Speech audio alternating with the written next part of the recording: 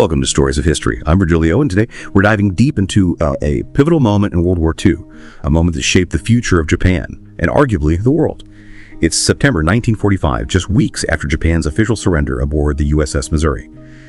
You might think that General Douglas MacArthur, the Supreme Commander of the Allied powers, would be feeling a sense of triumph, of closure, but he wasn't. The surrender document was signed by Japanese representatives, not Emperor Hirohito himself.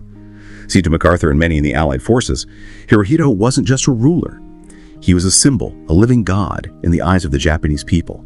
And after years of brutal warfare in the Pacific, MacArthur wanted more than just a signature on a piece of paper. He wanted to see Hirohito humbled, brought down to earth.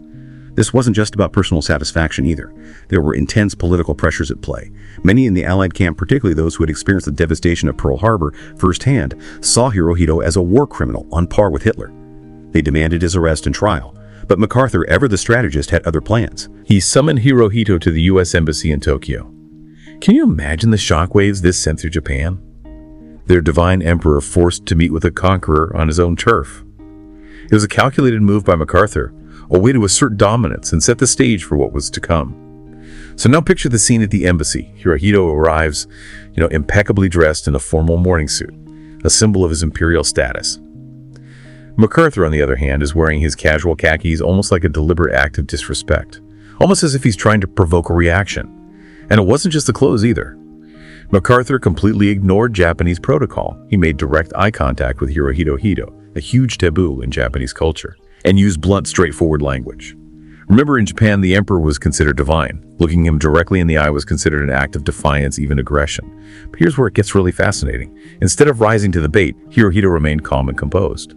He accepted full responsibility for Japan's actions during the war, expressed remorse, and pledged his cooperation in rebuilding the nation. This unexpected humility from the emperor threw MacArthur completely off guard. I think he was expecting arrogance, defiance, maybe even a dramatic display of self-sacrifice. What he got instead was quiet submission. Now, historians believe that Hirohito's actions that day probably saved his life. Had he shown any sign of defiance or aggression, it would have played right into the hands of those who wanted him tried and executed.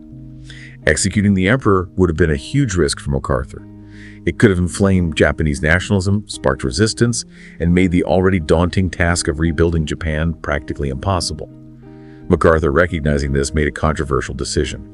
He decided to shield Hirohito from prosecution, going against the wishes of many in the Allied forces. He even advised Hirohito against abdicating the throne, seeing him as a valuable asset in maintaining order and stability during the occupation. To ensure Hirohito's survival, a trial was held. But it was essentially rigged to exonerate him and his family of any war crimes. And what's even more remarkable is that the Japanese people, known for their strong sense of honor and loyalty to the emperor, largely accepted this. Think about that for a moment. Their god emperor, humbled before the world, admitting defeat and taking responsibility for the devastation their country had wrought. Just 3 months after that fateful meeting, Hirohito took a step that solidified his survival strategy and changed the course of Japanese history forever. He publicly renounced his divinity, proclaiming that he was not a god, but a human being fallible like any other. This act, unthinkable just a few years prior, signaled a new era for Japan.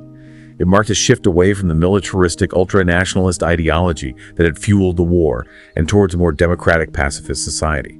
This brings us to a question that historians still debate to this day. Was Hirohito truly a wartime leader actively involved in planning and directing Japan's military campaigns? Or was he more of a figurehead, a symbolic leader manipulated by the powerful military clique that surrounded him? The sources we've explored offer different perspectives. Some paint Hirohito as a shrewd and calculating leader, aware of the atrocities being committed in his name and complicit in their execution. Others portray him as a detached scholarly figure more interested in marine biology than military strategy. A man thrust into a role he never sought and ultimately overwhelmed by the forces he couldn't control. The truth, as is often the case with history, is likely somewhere in between. But I want to leave you with a story that I think perfectly encapsulates the complexity of Hirohito's character. Years after that tense meeting with MacArthur, Emperor Hirohito hosted U.S. Vice President George Bush and his wife Barbara at the Imperial Palace.